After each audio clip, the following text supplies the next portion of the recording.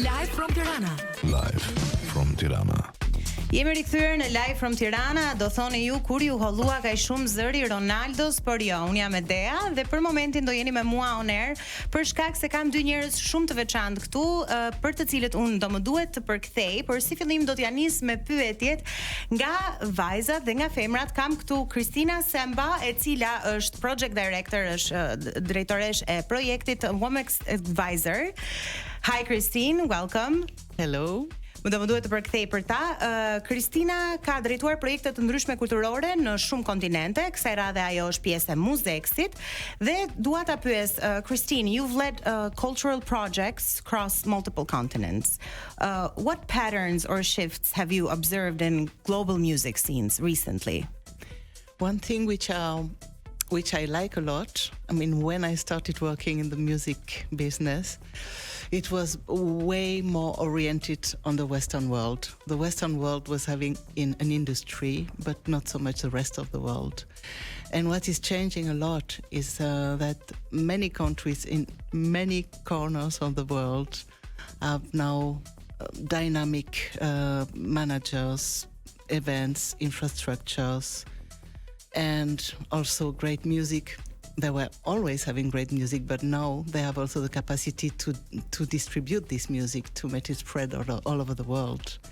And coming here, it's exactly the same what I can experience. I mean, many great people, very dynamic, great production. So I'm really blown out. Kristina thotë që më përpara industria e muzikës zakonisht influencohej nga kultura perëndimore dhe thuajse të gjitha eventet edhe akseset që kishin për këtë gjë ishin deri diku jo të imituara, po të inspiruara prej kësaj gjëje. Gjë që e shtyu atë dhe thotë që në kohët e fundit ka ndodhur një shift dhe ka ndodhur një kthesë tek muzikët që vinë edhe nga vende të vogla, siç jemi ne, të cilët janë zhvilluar deri në atë nivel sa të krijojnë një aktivitet traditor kaq të suksesshëm sa ç'është Muzeksit. What do you think about the Albanian audience, like, and the like the youngsters? What type of music do they listen to? I arrived yesterday, so I discovered them last night, and so far I loved it. I mean, I love because I see lots of curiosity, you know, lots of anger to discover things, to party, so that's great. But that's something I think I will tell you better in a few days.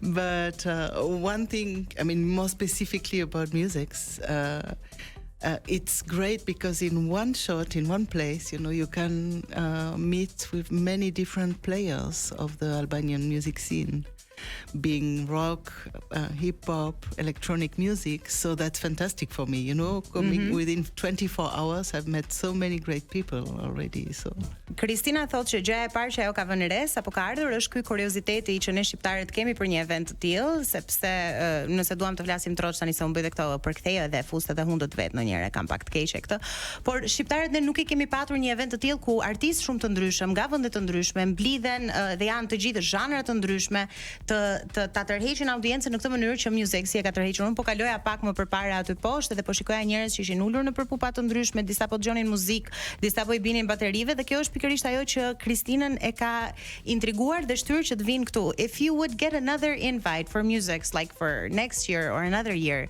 would you accept it, and what would you do? Like, if you had to put a touch to it, like your magical touch. I think everybody, with every project that we do, we try to at least just like put our influence into it. And what would you do? I think it's a great first edition, and beside of working for Womex, one of my work has been also to help establish other music expo in different continents. So of course I look also at music in this perspective, and I must say it's really well done. A music expo, to be efficient, to bring fruits, has to happen several times. It's a great first step. My advice is, of course, continue, expand, and it's good to expand organically. I'm sure next year is going to be more people, and also I met some great people from the Balkan regions, and I'm sure people outside of the Balkan region will also come because they will get curious to discover what's happening here. Okay, Kristina thot që në mënyrë që një ekspo muzikor të japi frytet e veta, duhet të bërë disa herë. Është një proces që zgjat dhe gjithmonë mësojmë gjëra të ndryshme, ndaj kjo është diçka që duhet mbetet për tu parë. Ama a do të vinë shumë njerëz dhe a na ka nxitur të gjithëve ne, qoftë edhe thjesht duke kaluar nga sheshi ky Musexi, që të shkojmë dhe të shohim se çfarë po ndodh. Kjo është diçka që po ndodh already dhe pas pak do të flasim me Musën. Musa është një person i cili më than diku në vesh që di pak shqip, po do zbulojmë për të pak më vonë. Christine, thank you. Thank you.